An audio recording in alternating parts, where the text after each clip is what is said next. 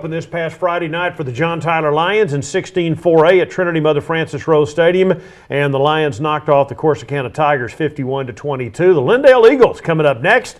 And by the way, this is a special week at JT. It is homecoming week for the Lions as they prepare for a 7:30 kickoff at Trinity Mother Frances Rose Stadium on Friday night. And Coach Ricklan Holmes is with us. I know you fell behind 14-0. Corsicana got you twice early on, and then once the guys settled down, then they rolled it. Oh, we knew their offense could be productive. We just had to make sure that we done the things that we need to do to take care of it, and we didn't do that early part of the game. Once the kids got settled down, and I had a couple of words with them on the sideline, and we got things rolling the way they need to be rolling. Probably could share those words, could you? Most definitely. But in what way? I mean, how did they? What areas did they improve for the rest of the ball game? Basically, just tackling and alignment. Yeah, what we did as a defense is we got to make sure that our kids line up to put themselves in the best possible position to make plays. And that first two drives, we didn't do that per se. And it had to do with, alignments. It had to do with communicating with each other on the field. And they just wasn't doing a very good job of that. You probably also reminded them there's only 5 of these district games. There's not a whole lot of room for error right now. Oh, most definitely. This is the time where you got to make sure everything gets lined out because this is the money time. This is going to determine whether you're going to be playing later on after the district is over with. Who played well?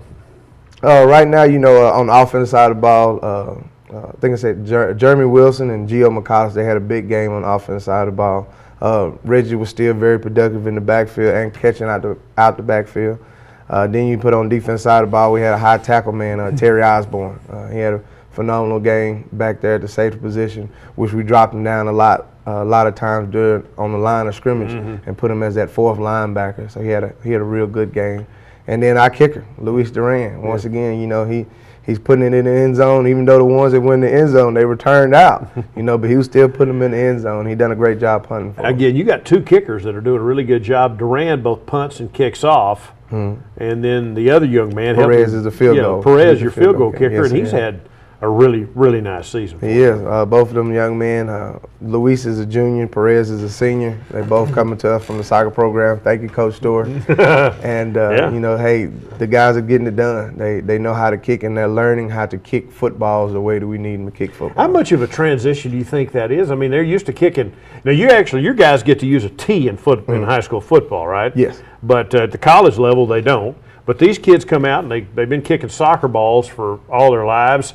Is kicking a football easy for them in some ways? Is it easier than a soccer? It's not easy because they're used to kicking that round ball versus the oblong ball now. That's why I say now they're learning how to kick footballs. Right, okay. They both have very strong legs. Benitez, Perez are both very accurate. They both pretty much can do what they want to do with a football just like they can with a soccer ball. So they're very talented kids, and they're really, really athletic, whether y'all know it or not. They're really athletic. Do y'all ever have to just talk them into playing football, or do they want to come out and play ball? No, for the past couple of years since I've been there, we've always had the soccer guys come out there and they like it. They enjoy it. And they do enjoy it, and they get a good workout in it because they do lift with us and they do run with us. So they still stay in the conditioning shape that they need to stay in as far as soccer goes. Now, I know you played a lot of special teams during your football career, both all the way up through when you played in the NFL. There has to be a mindset, whether you're a kicker or whatever. You don't get as many plays, right? As you hope you do, because you hope you're kicking off a lot. That's nice. Yeah. But you don't get as many plays, many reps maybe as the offense and defense do. So there has to be a real mindset to play that, doesn't it? And you're right about that. You really don't get the same amount of reps, but it is a very important part of the football game because either the game's going to start with a kickoff or a kickoff return, or it's going to end with it. So the game goes in 3 phases. You have the special teams, you have the offense, you have the defense. All 3 of them are just as equally as important because you can win or lose a game with an offensive or defensive play, or you can win or lose a game with a special teams play. But you got to make sure that you take advantage of that opportunity. Just like you said, you don't have that many, so you got to take advantage of it. And when do you guys when do you practice special teams? We practice special teams every day during the period. That is what our whole period is designed for. It's 30 to 35 minutes of straight special teams.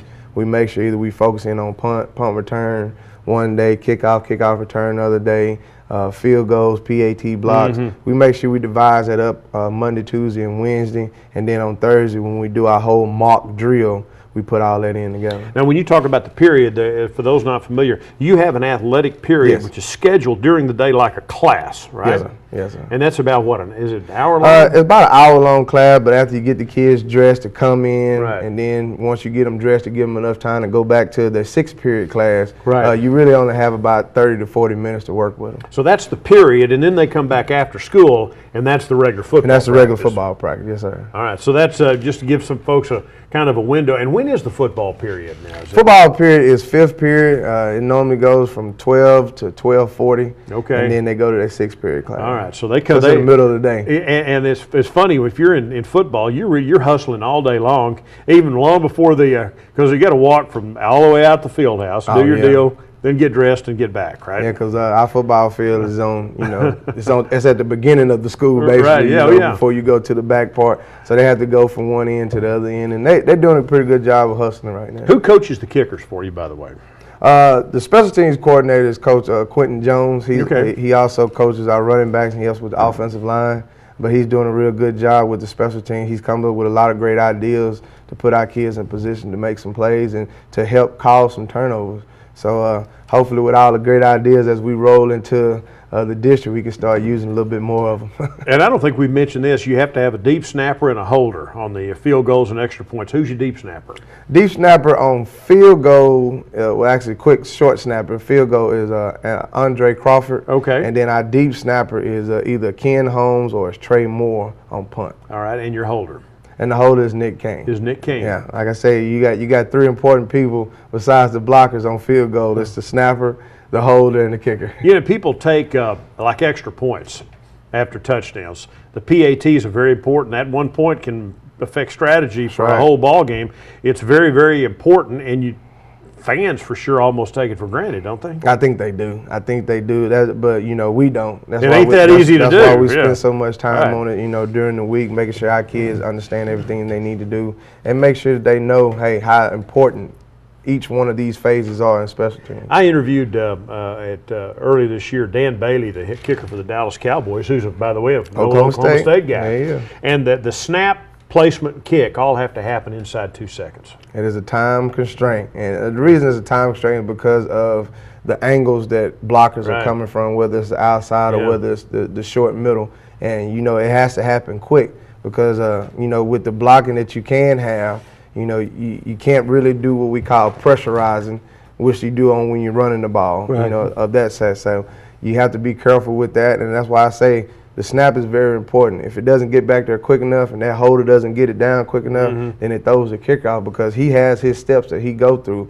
and as soon as that ball is snapped, he's coming. So in the time it takes me to say 1,001, 1,002, the whole thing used to be done. It need to be over. It need Yeah. to be over and up through the outrights. So go try that at He's- home. yeah. Get a friend, snap it to you, catch it, put it down, kick it, And see how try hard to it do is. that. See how hard that is. See how hard it is. Yeah. And that's why we practice it so much. Yeah, and Because you got to get good at it. And it's important, and you can lose football games if it's not right. You're right. How'd you play Friday night overall? Overall, I think we improved from the following week, which was our bye week, going into this week. I think we continuously improve. I think the kids are starting to understand how to be football players and not just be athletes. We got a lot of talented kids, but talent can only get you so far when you're going against football teams.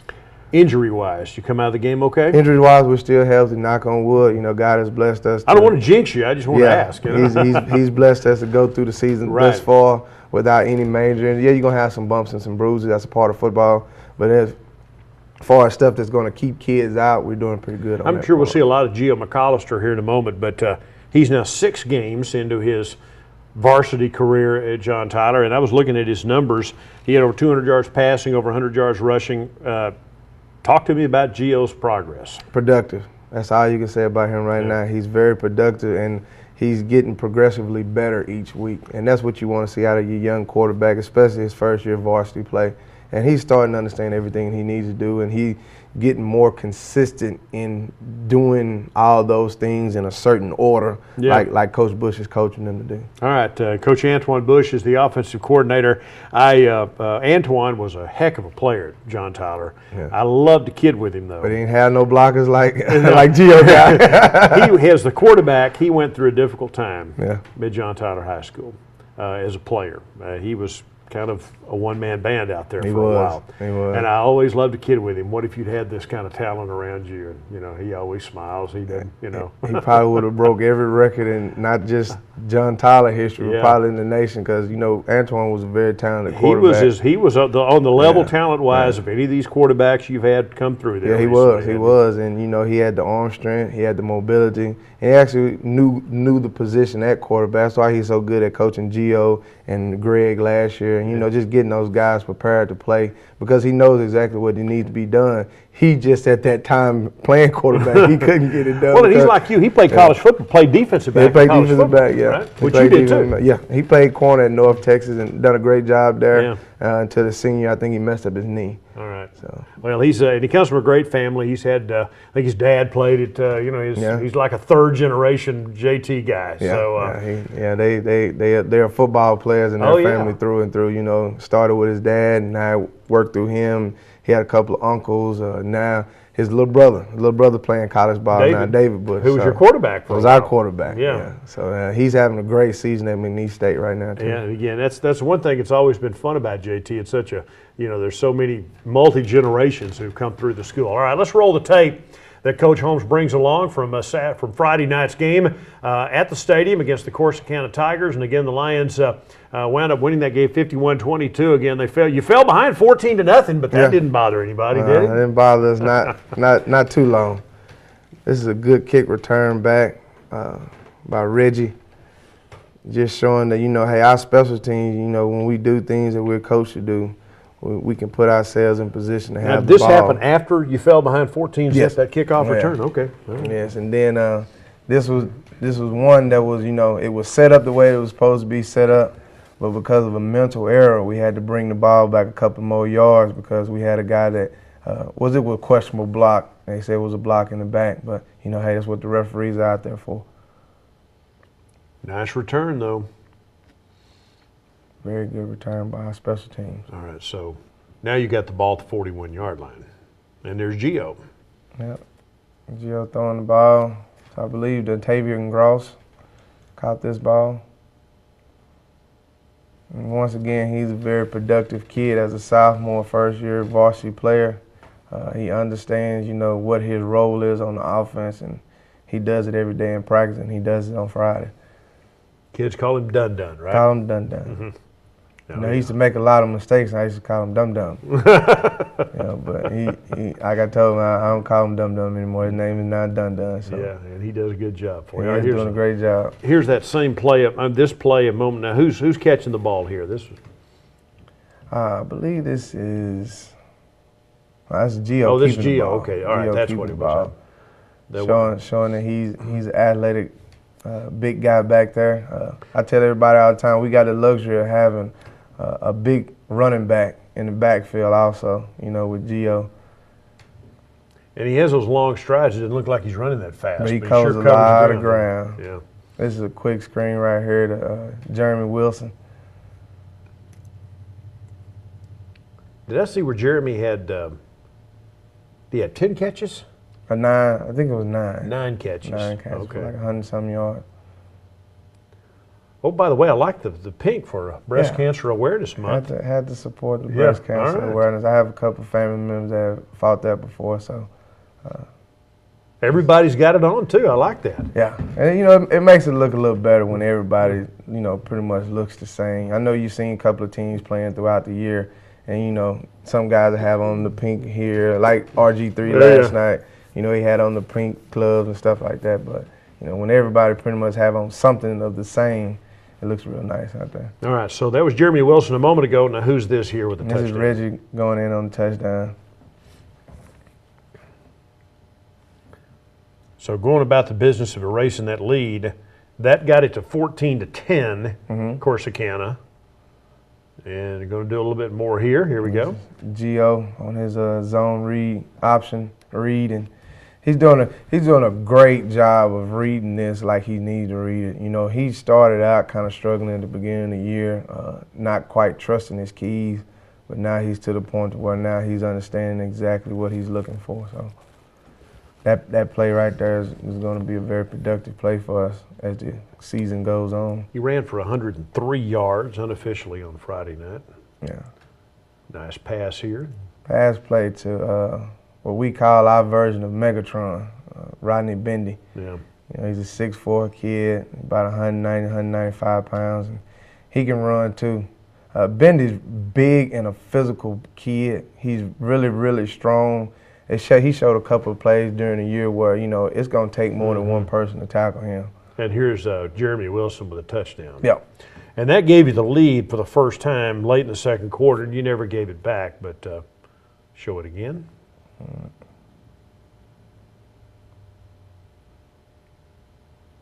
So you've scored 17 unanswered points, and you lead 17-14 at the half. So I guess we're now in the third quarter, right? Yeah, now we're in the third quarter, and we're going to throw the ball down the middle of Reggie. And he's going to catch it and make some positive yardage on it and put us in on the other side of the field, getting ready to make some more plays.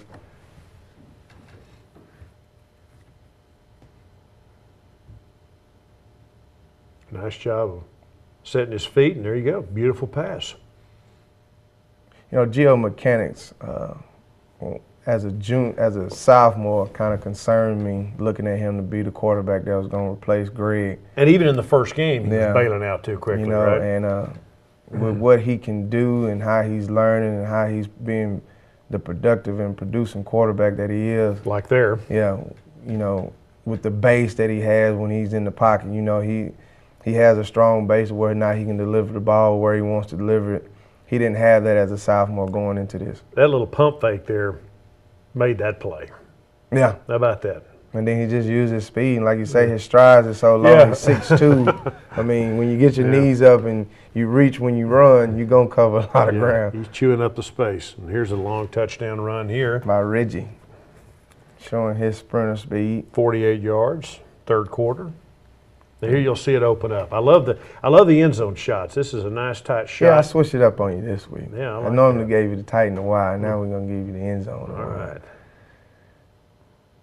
Because now you get to see the exact holes that they see. And I also highlight my linemen a little bit more. You know, again, some very great looks as far as what they're doing on the front line, pass protection, opening up some holes. There's Gio again.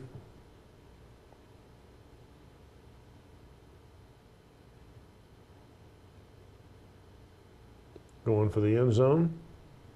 Touchdown. Pass to Nick Kane. Who, by the way, is really, I mean, he has really jumped out this year. Oh, yeah, he's a very talented young man, and he's becoming more and more disciplined in the game every week. Here's your pick. The interception by Jalen Reese. What were you telling me? You've been getting after Jalen because he couldn't catch the ball? Couldn't catch. He couldn't catch. You know, he get a lot of balls that he break on in practice, and he always either goes straight through his hand or bounces off his chest.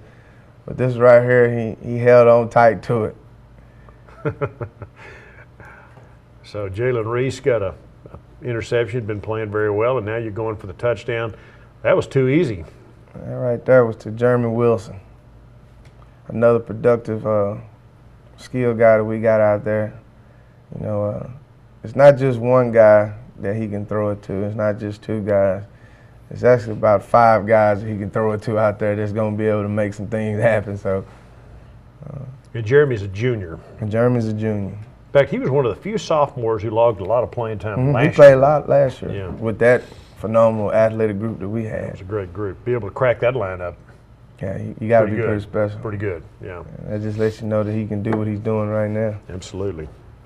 McCollister wound up 12 of 14 passing, 237 yards. 12 of 14. It's a nice run. Yeah, a little pooch kick they tried to do on us. And instead of fair catching, he knew he had enough space and opportunity to go and catch it and go.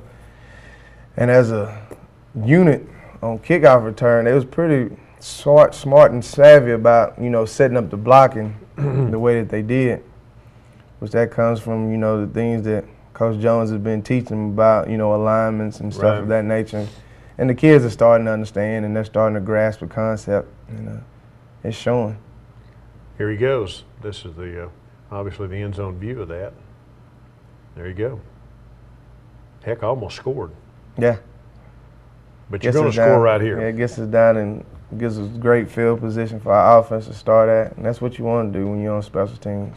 You either want to, set your defense up to hold them deep, or you want to set your offense up to go score. So it's going to be Nick Kane, I believe, isn't it? Yeah, it's Nick Kane now at quarterback. Dives for the pile on, and that's a nice way to wrap up the scoring. Over 400 yards of offense, and again 51-22 over Corsicana to open district play. And again, Lindale's coming in this week. Just as you look at the district, what do you think after 1 week? You finally got the district underway. What do you think? I think it's going to be exactly what I thought it was going to be. Nacogdoches is playing really well. White House is playing really well. We're playing good enough for us to be where we are right now in my eyes. But then, Corsicana, hey, they still have 4 more games to play. Yeah, and they're pretty explosive. And they are a pretty explosive team. And you can't count out Lindale because, hey, football is football. Everybody still has to play the game, and everybody still has to go out there and try to make more plays than the other team. And, they still got 4 more games to play also. So I see, the district still panning out, pretty much like most people look at it to pan out. What have you had a chance really to look at Nacogdoches much? I mean, that's not your team you're playing, but they've been. Were you surprised at all by what they've been able to do? No, I'm not surprised with them at all because I mean, they beat Lufkin for the first time in forever. Nacogdoches has some great athletes in the city of Nacogdoches. I just don't always think they had a good coach there. And now that they have Coach Reyes there and he has his deals in play that he wants to get done in that program. The kids are buying in. They're starting to understand, hey, this guy knows what he's talking about. And they're grabbing onto it, and they're playing well right now. NAC was in the district when you were in high school, too, weren't they? In the 5A district. Yeah, 12-5A 12-5A, yeah, back in the day. And I remember they always were a thorn in somebody's side. Including JT a few times. A couple of times. And like I say, them kids down there, they know how to play. They just had to get somebody to put them in a position to play. And right now, them coaches are down there, and they're doing a great job right now. White House beat Lindale pretty badly on Friday night at Lindale, 63-7. I know Lindale's got better players than that, but White House is awfully good. But Lindale's the team you're playing this week. So talk a little bit about what they do. What does Lindale do? On the offensive side of the ball, they have a talented quarterback and running back. Offensive line, they do a decent job of setting up, holds for the run game. They do an okay job on the pass protection. They buy a little time for them to give it to somebody to, throw it to the receiver. So their run game is pretty solid. Passing game is not as strong as their run game, but on the defensive side of the ball, they do some great schemes of, as far as lining up their players and the coverages that they're playing behind the front that they have, and it's causing some problems for some teams. They just hadn't been able to capitalize on a lot of it offensively. Is there issue team speed as compared to everybody else in this district? Team speed, I think they have a couple of guys, that can run in our district just like anybody else. Right. Overall, team speed isn't as high as probably us, White House, or Nacogdoches. So they have the kids. They have in some certain spots the talents that they need to have to win some football games. They just hadn't been able to capitalize. Is your challenge as a coach this week reminding the guys that what they've got players too? Oh, most definitely. You can't look past anybody, and every game is just as important as any game because anybody's beatable at any given time. Just if you look at all the upsets last week in college football.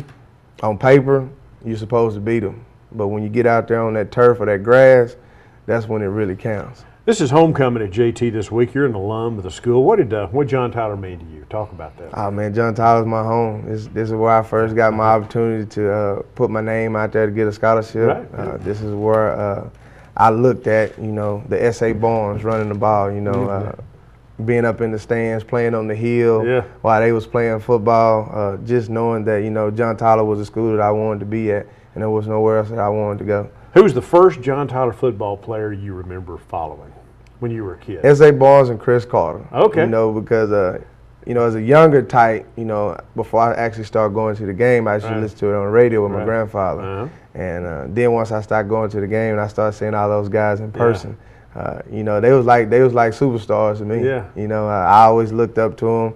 Didn't we call Chris Carter the sheriff? Yeah. Yeah, he was the defensive back for the Longhorns and played in the NFL for a while too, didn't he? Matter of fact, Chris was at New England the year before I got there. Oh, okay, all right. And we had a good conversation about playing in New England. We had a good conversation about playing at John Tyler and stuff like that. Yeah, so I mean, and then of course you get to John Tyler and you're a freshman there. You actually got to be on the sidelines. Yep.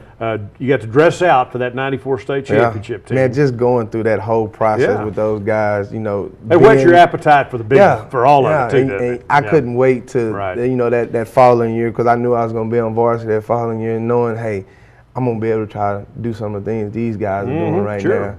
And it was exciting, man. That whole run was exciting, from the first game, you know, playing my freshman year, watching them play on Friday, to, you know, my year's over.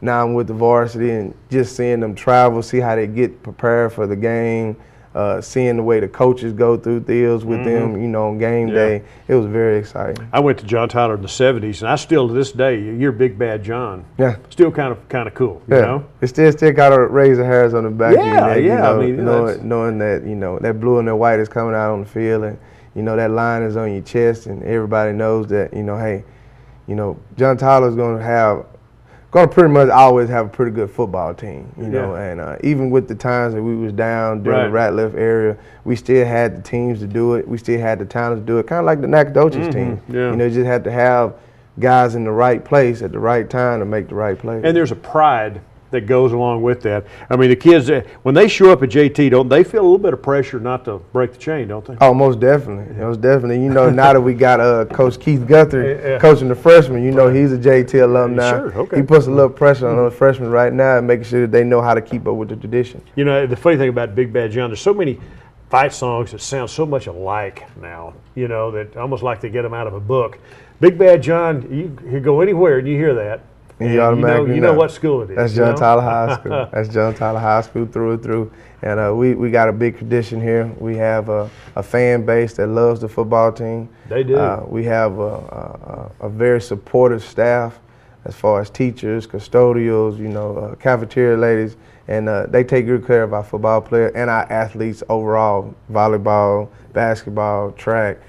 Everybody's very supportive of all our athletic programs right now. There's still 4 big ball games left, but it's also kind of the time now. We're into mid-October, and there's kind of a light at the end of the tunnel. Is there not now? I mean, but you start weeding people out about that third week. Now you're pretty much trying to see, hey, this is who's at the top. This is who can be towards the middle. Now you start saying, hey, these are the 4 teams that's going to make it to the playoffs.